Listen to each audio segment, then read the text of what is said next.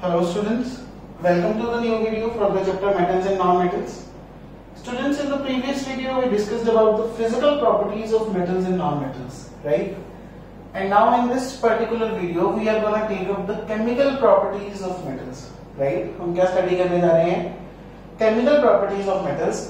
तो स्टूडेंट्स, जब हम किसी भी एक पर्टिकुलर चीज की केमिकल प्रॉपर्टीज के बारे में स्टडी करते हैं तो हम बेसिकली स्टडी क्या करते हैं? हम उसके रिएक्शंस स्टडी करते हैं विद वेरियस कंपाउंड्स या वेरियस स्टैंडर्ड एलिमेंट्स और कंपाउंड्स, राइट? जैसे ऑक्सीजन के साथ रिएक्शन स्टडी कर लेंगे और वाटर के साथ स्टडी कर लेंगे, हाइड्रोजन के साथ, क्लोरीन के साथ, एसिड के साथ, इस तरह से, राइट? तो लेट अस सी किस तरह से रिएक्शंस होते हैं। तो केमिकल प्रॉपर्टीज में सबसे पहले मेटल्स की केमिकल प्रॉपर्टीज में हम सबसे पहले स्टडी करने जा रहे हैं रिएक्शंस विद ऑक्सीजन। सबसे पहले हम क्या स्टडी करने वाले हैं? Reaction with oxygen. तो आपको समझना पड़ेगा कि मेटल जो है वो ऑक्सीजन के साथ रिएक्ट करके मेटल ऑक्साइड बनाते हैं। क्या बनाते हैं? मेटल ऑक्साइड बनाते हैं, right? Metals react with oxygen to form metal oxides. For example, examples से देखते हैं। सोडियम मेटल जो है उसको जब आप एयर के अंदर एक्सपोज करते हैं तो वो एयर के अंदर ऑक्सीजन के साथ रिएक्ट कर जाता है। एयर के अंदर ऑक्सीजन के साथ रिएक्ट कर जाता है to give Na2O और काफी abundant amount of heat energy release होती है। तो बेसिकली ये एयर के अंदर बर्न होना शुरू हो जाता है। इसी तरह से पोटेशियम भी जो है ऑक्सीजन के साथ रिएक्ट करके पोटेशियम ऑक्साइड देता है और बर्निंग शुरू हो जाती है। क्योंकि ये दोनों मेटल्स एयर के अंदर बर्न हो जाते हैं विदाउट एनी हीटिंग, एक्सपोज करते ही एयर के अंदर बर्न हो जाते हैं, देयरफॉर इनको केरोसिन ऑयल में स्टोर किया जाता है। किसमें स्टोर किया जाता है? केरोसिन ऑयल में। इसी तरह से लिथियम है, वो भी ऑक्सीजन के साथ रिएक्ट करके लिथियम ऑक्साइड बना देता है और इसीलिए लिथियम को लेकिन स्टोर किया जाता है पैराफिन वैक्स में। Sodium and potassium are stored under kerosene oil just to avoid the contact with air, ताकि वो बर्न ना होने लग जाए। And lithium is stored in paraffin wax. तो क्योंकि ये तीनों जो है नॉर्मल रूम टेम्परेचर पे ही ऑक्सीजन के साथ रिएक्शन शुरू कर देते हैं, ठीक है? इसके अलावा अगर मैं बात करूं, मैग्नीशियम को ऑक्सीजन के अंदर आप लोग बर्न करते थे तो आप देखते थे मैग्नीशियम ऑक्साइड बनता था, व्हाइट कलर की ऐश बनती थी, राइट? इसी तरह से एल्युमिनियम जो है वो भी ऑक्सीजन के साथ रिएक्ट करता है टू गिव Al2O3, उसके ऊपर भी ऑक्साइड की लेयर डिपॉजिट हो जाती है। लेड भी जो है ऑक्सीजन के साथ रिएक्ट करके अपना ऑक्साइड देता है, लेड ऑक्साइड, ठीक है? बट अब जैसे आयरन है, आयरन ऑक्सीजन के साथ जल्दी कहीं रिएक्ट नहीं करता, बहुत हाई टेम्परेचर पे जाके कहीं रिएक्ट करता है आयरन ऑक्सीजन के साथ। और हाई टेम्परेचर पे भी जब वो रिएक्ट करता है तो वो देता है Fe3O4। क्या देता है? Fe3O4। Fe3O4 आपको पता है this is basically ferroferric oxide. ये क्या है? Ferroferric oxide which is known as magnetic oxide also. इसको हम क्या बोलते हैं? मैग्नेटिक ऑक्साइड ऑफ आयरन, क्योंकि this is basically a mixture of FeO ferrous oxide and Fe2O3 ferric oxide, right? तो हमें ये मिलता है। इसी तरह से कॉपर को ऑक्सीजन के साथ काफी प्रोलॉन्ग्ड हीटिंग के बाद, कॉपर ऑक्सीजन के साथ जल्दी कहीं रिएक्ट नहीं करता, काफी लंबे समय तक हीट करने के बाद कहीं जाके वो कॉपर ऑक्साइड में कन्वर्ट होता है, जो उसके ऊपर ब्लैक कलर की लेयर जो है वो डिपॉजिट हो जाती है। तो बेसिकली अलग अलग मेटल्स जो हैं वो अलग अलग तरह से रिएक्ट करते हैं। कुछ रूम टेम्परेचर पे कर जाते हैं, किसी को हीट करने की जरूरत पड़ती है, किसी को बहुत देर तक हीट करने की जरूरत पड़ती है, किसी को बहुत हाई टेम्परेचर तक लेके जाने की जरूरत पड़ती है, राइट? तो ये चीजें आपको समझ में आनी चाहिए। तो यहाँ पे एक और हमने जो छोटी सी चीज डिस्कस करनी है रिएक्शन विद ऑक्सीजन के अंदर, वो है प्रॉपर्टीज ऑफ मेटल ऑक्साइड।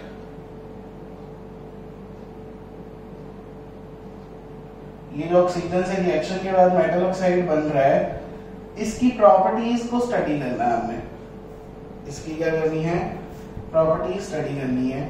तो प्रॉपर्टी स्टडी करने में सबसे पहली जो प्रॉपर्टी हमने देखनी है वो देखनी है सॉल्युबिलिटी इन वाटर। क्या देखनी है? Solubility in water. तो स्टूडेंट्स, जो मेटल ऑक्साइड्स हैं कुछ वो पानी में सॉल्युबल होते हैं। अच्छा, मेटल ऑक्साइड्स पहली बात बेसिक इन नेचर होते हैं, दिस यू ऑलरेडी नो।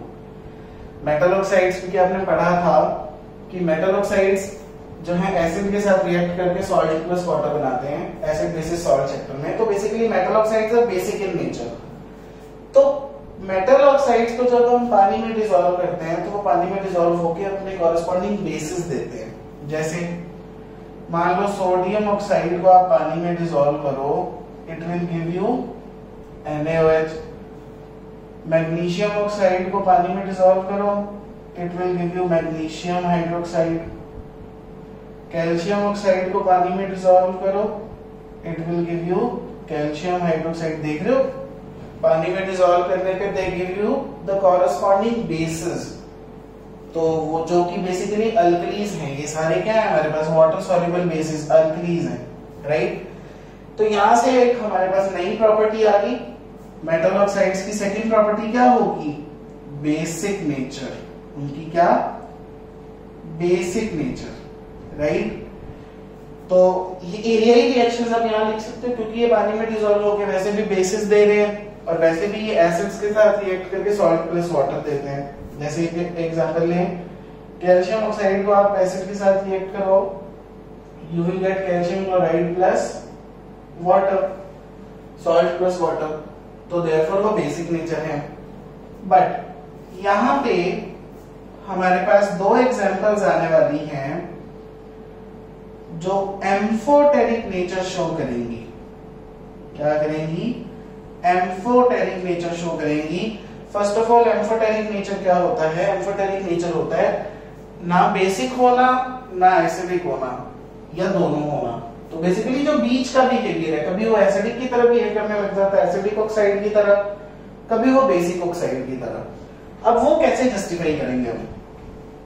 तो बेसिक नेचर, कुछ ऑक्साइड्स जो है, समझ रहे हो, मेटल ऑक्साइड्स की हमने एम्फोटेरिक नेचर पढ़ी है और हमारे पास दो ऑक्साइड्स हैं मेटल ऑक्साइड्स जो एम्फोटेरिक नेचर के हैं, aluminium oxide and zinc oxide.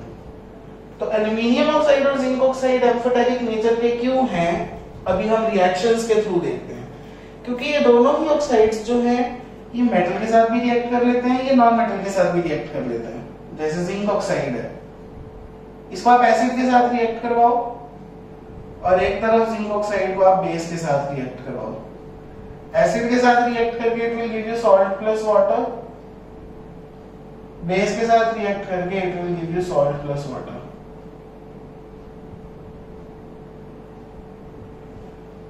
Acid के साथ रिएक्ट करके सॉल्ट प्लस वाटर तो ये बेस का काम कर रहा है, बेस के साथ रिएक्ट करके सॉल्ट प्लस वाटर तो ये एसिड का काम कर रहा है, दोनों तरफ से बिहेव कर रहा है, एम्फोटेरिक है। इसी तरह से एल्युमिनियम ऑक्साइड है, एसिड के साथ रिएक्ट करवाओ, बेस के साथ रिएक्ट करवाओ, एसिड के साथ रिएक्ट करके सॉल्ट प्लस वाटर, बेस के साथ रिएक्ट करके सॉल्ट प्लस वाटर। एसिड के साथ रिएक्ट करके सॉल्ट प्लस वाटर दे रहा है, बेस का काम कर रहा था, बेस के साथ रिएक्ट करके सॉल्ट प्लस वाटर दे रहा है, एसिड का काम कर रहा था। क्योंकि एसिड और बेस दोनों की तरह बिहेव कर पा रहा है, therefore it is amphoteric in nature. तो ये तीनों ही प्रॉपर्टीज काफी इंपॉर्टेंट हैं। कुछ कुछ मेटल ऑक्साइड्स बेसिक नेचर के होते हैं, कुछ कुछ एम्फोटेरिक नेचर के होते हैं, एंड ये दोनों ही जो एग्जांपल्स हैं एम्फोटेरिक नेचर वाली, ये इंपॉर्टेंट है, काफी इंपॉर्टेंट है, राइट। तो ये थी हमारे पास पहली chemical property, reactions with water. इसके बाद जो नेक्स्ट प्रॉपर्टी हम डिस्कस करने जा रहे हैं वो है रिएक्शंस विद वाटर। सेकेंड जो हम डिस्कस कर रहे हैं हम रिएक्शन विद वाटर डिस्कस करेंगे। तो जैसे ऑक्सीजन के साथ डिफरेंटली रिएक्ट कर रहे थे मेटल्स कोई रूम टेम्परेचर पे, कोई हीट करने पे, कोई प्रोलॉन्ग हीटिंग पे, कोई बहुत हाई टेम्परेचर पे, वाटर के साथ भी रिएक्शंस जो है मेटल्स के अलग अलग हैं। सबसे पहले हम बात करते हैं नॉर्मल जो कोल्ड वाटर होता है ना, ऐसे एलिमेंट्स जो नॉर्मल कोल्ड वाटर के साथ रिएक्ट करते हैं उनके बारे में अगर हम बात करें तो सबसे पहले देखो नॉर्मल कोल्ड वाटर में सबसे पहले अगर हम सोडियम की बात करें, सोडियम को कोल्ड वाटर के साथ जब आप रिएक्ट करवाते हो तो इट गिव्स NaOH, अपना हाइड्रोक्साइड देता है, प्लस हाइड्रोजन गैस इवॉल्व होती है, राइट। इसी तरह से पोटाशियम को जब आप पानी में डालते हैं वो भी अपना हाइड्रोक्साइड देता है और हाइड्रोजन गैस रिलीज होती है। इसी तरह से कैल्शियम को भी आप पानी में डालते हैं तो वो अपना हाइड्रोक्साइड देता है, साथ में हाइड्रोजन गैस रिलीज होती है, राइट। तो कई बार क्वेश्चन आ जाता है कि कैल्शियम को जब हम पानी में डालते हैं तो ऊपर फ्लोट करके आता है कुछ, वो ऊपर फ्लोट करके क्यों आता है? बेसिकली देखो ये जो दोनों रिएक्शंस है ये हाईली एक्सोथर्मिक होने के कारण इनमें तो आग ही लग जाती है। इनके केस में जो हाइड्रोजन गैस लिबरेट हो रही होती है वो बर्न होने लग जाती है क्योंकि हाईली एक्सोथर्मिक रिएक्शंस है। कैल्शियम के केस में वो इतना ज्यादा एक्सोथर्मिक नहीं है, रादर वो कैल्शियम जो है वो ऊपर फ्लोट होने लग जाता है पानी की सरफेस पे। ऐसा क्यों होता है? क्योंकि हाइड्रोजन के जो बबल्स हैं वो उसकी सरफेस के ऊपर स्टिक कर जाते हैं, जिसके कारण वो जो कैल्शियम है वो ऊपर ऊपर आपको फ्लोट करने जो है दिखाई लग जाता है। ये तो बात थी कोल्ड वाटर की। अब हम बात करते हैं ऐसे मेटल्स जो हॉट वाटर के साथ रिएक्ट करते हैं। तो हॉट वाटर के साथ रिएक्ट करने वाला जो मेटल है वो हमारे पास एक ही एग्जांपल है, which is magnesium. Magnesium cold water के साथ रिएक्ट नहीं करता, वो हॉट वाटर के साथ रिएक्ट करता है to give magnesium hydroxide and साथ में वो भी हाइड्रोजन गैस लिबरेट करता है। तो ये हो गया हॉट वाटर के साथ, दिस इज हॉट। नेक्स्ट जो थर्ड हमने स्टडी करनी है कैटेगरीज में वो है विद स्टीम। मतलब कोल्ड हॉट तो दूर रह गया, सीधा वेपर फॉर्म में ले आए, इतनी ज्यादा स्टीम में कन्वर्ट करके वाटर को जब रिएक्ट करवाते हैं। तो कुछ मेटल्स ना तो कोल्ड के साथ ना हॉट के साथ, सिर्फ स्टीम के साथ रिएक्ट करते हैं, जिनमें से हमारे पास मैग्नीशियम जो है ना वो हॉट वाटर के साथ भी रिएक्ट करता है, वो स्टीम के साथ भी रिएक्ट करता है। स्टीम के साथ रिएक्ट करके वो बनाता है magnesium oxide plus hydrogen gas. Hot water के साथ वो मैग्नीशियम हाइड्रोक्साइड प्लस हाइड्रोजन बना रहा था, स्टीम के साथ वो magnesium oxide plus hydrogen gas release करता है। एल्युमिनियम भी जो है वो स्टीम के साथ रिएक्ट करता है to give aluminium oxide and hydrogen gas. Iron जो है वो भी स्टीम के साथ सिर्फ रिएक्ट करता है, ना हॉट ना कोल्ड वाटर के साथ, to give again magnetic oxide. यहां भी आपको क्या मिलता है? Magnetic oxide which is a mixture of ferrous and ferric oxide. इसी तरह से जिंक भी जो है हमारे पास वो भी सिर्फ स्टीम के साथ रिएक्ट करता है to give zinc oxide plus hydrogen gas. तो बुक्स में स्टीम को कई बार इस तरह से लिखा जाता है, वाटर नीचे सबस्क्रिप्ट के अंदर जी। तो आप समझो स्टीम क्या है? Water in the gaseous form और द वेपर फॉर्म। तो ये लिखा हो या स्टीम लिखा हो एक ही बात है। जब वाटर लिक्विड स्टेट में लेंगे तो ये लिखा होगा ब्रैकेट में L और सामने कोल्ड या हॉट मेंशन होगा, तो आपको समझ में आ ही जाएगा। तो इस तरह से जो है अलग अलग तरह के जो मेटल्स हैं वो वाटर के साथ भी किस तरह से डिफरेंशियली रिएक्ट करते हैं, कुछ कोल्ड के साथ, कुछ हॉट के साथ एंड कुछ इवन स्टीम के साथ रिएक्ट करते हैं, right.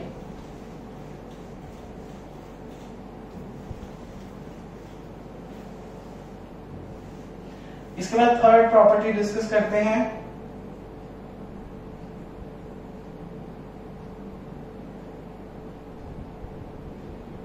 Reaction with dilute acids.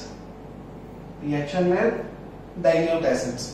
तो डाइल्यूट एसिड्स के साथ मेटल कैसे रिएक्ट करते हैं? फर्स्ट चैप्टर से आप पढ़ते आ रहे हैं। एसिड्स जो है मेटल्स के साथ रिएक्ट करके metal salt plus hydrogen gas जो है वो इवॉल्व करते हैं। तो बट आपको पता है सिर्फ ऐसे ही मेटल्स जो है हाइड्रोजन गैस रिलीज कर पाते हैं जो हाइड्रोजन के ऊपर पड़े हैं रिएक्टिविटी सीरीज में। जो हाइड्रोजन के नीचे पड़े हैं जैसे कॉपर हो गया, सिल्वर हो गया, गोल्ड हो गया, ये सारे जो हैं ये वाटर में एसिड में से हाइड्रोजन डिस्प्लेस नहीं कर पाते।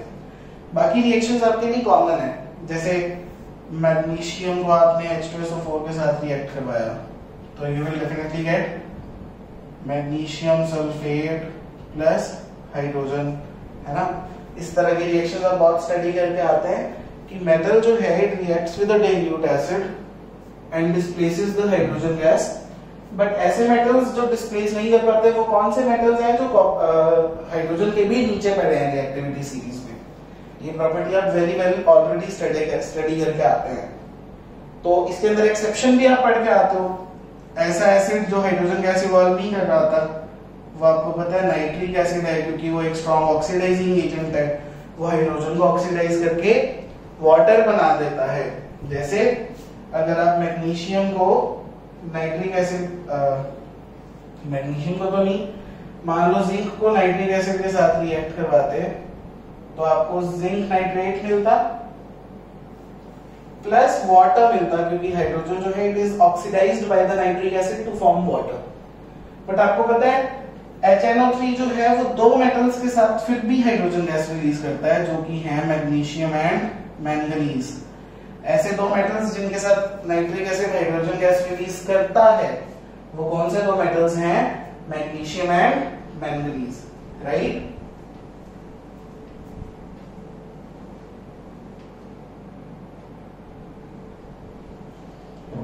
इसी तरह से लेकिन जो गोल्ड और प्लेटिनम जैसे नोबल मेटल्स हैं, इनर्ट मेटल्स हैं, वो आपको पता है किसी भी एसिड या बेस के साथ जो है रिएक्ट नहीं करते। बट हमारे पास एक पर्टिकुलर सॉल्यूशन होता है एक्वा रीजिया नाम का। क्या सॉल्यूशन है? एक्वा रीजिया, जिसको हम रॉयल वाटर भी बोलते हैं, जो बेसिकली ज्वेलर्स यूज करते हैं to remove a very thin layer of gold और प्लैटिनम फ्रॉम द ज्वेलरी, ताकि नीचे से जो बिल्कुल शाइनिंग सी लेयर है वो दिख जाए। तो एक्वारीजिया बेसिकली होता क्या है? 3:1 रेशो के अंदर concentrated HCl and concentrated HNO3 डाला हुआ होता है। 3 parts of concentrated HCl and 1 part of concentrated HNO3. This constitutes aqua regia or the royal water, which is used by the jewelers to remove a very thin layer of the gold or platinum from the ornament. ठीक है। इसके बाद अगर हम reaction with basis की बात करें तो ये भी आप ऑलरेडी बेसिस के रिएक्शंस में पढ़ के आते हो सेकंड चैप्टर में। उसमें आप पढ़ते हो बेसिस जनरली तो रिएक्ट नहीं करते, लेकिन कुछ कुछ बेसिस रिएक्ट करते हैं। जैसे NaOH जो है वो जिंक के साथ और NaOH जो है वो एल्युमिनियम के साथ रिएक्ट करता है। ये देता है सोडियम जिंकेट हाइड्रोजन गैस और ये देता है sodium metaaluminate NaLO2 plus again hydrogen gas, right. फिर अगर मैं बात करूं रिएक्शन विद क्लोरीन, नेक्स्ट हम बात करते हैं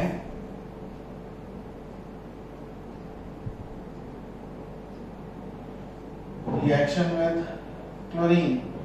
तो मेटल्स क्लोरीन के साथ रिएक्ट करके क्या देते हैं? मेटल क्लोराइड्स देते हैं। सोडियम जो है उसको क्लोरीन के साथ रिएक्ट करवाओ, you will get sodium chloride.